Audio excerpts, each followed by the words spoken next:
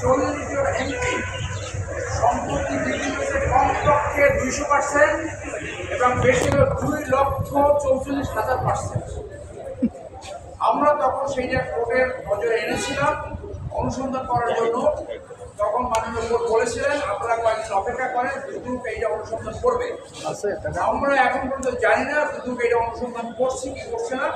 সেই জন্য আমি আজকে দুদক চেয়ারম্যান বরাবর একটি আবেদন করেছি, যাদের অকল্পনীয় সম্পদ বৃদ্ধি পেয়েছে 200%, 1000%, 1,00,000%, তাদের বিরুদ্ধে ইমিডিয়েটলি একটি অনুসন্ধান লঞ্চ করা, যেটা কপি আমরা দিয়েছি প্রধান উপদেষ্টা বরাবর, আইন উপদেষ্টা, অ্যাটর্নি জেনারেল এবং সংশ্লিষ্ট সমস্ত এনএসআই এবং ডিজিএফআইকেও কপি দিয়েছি।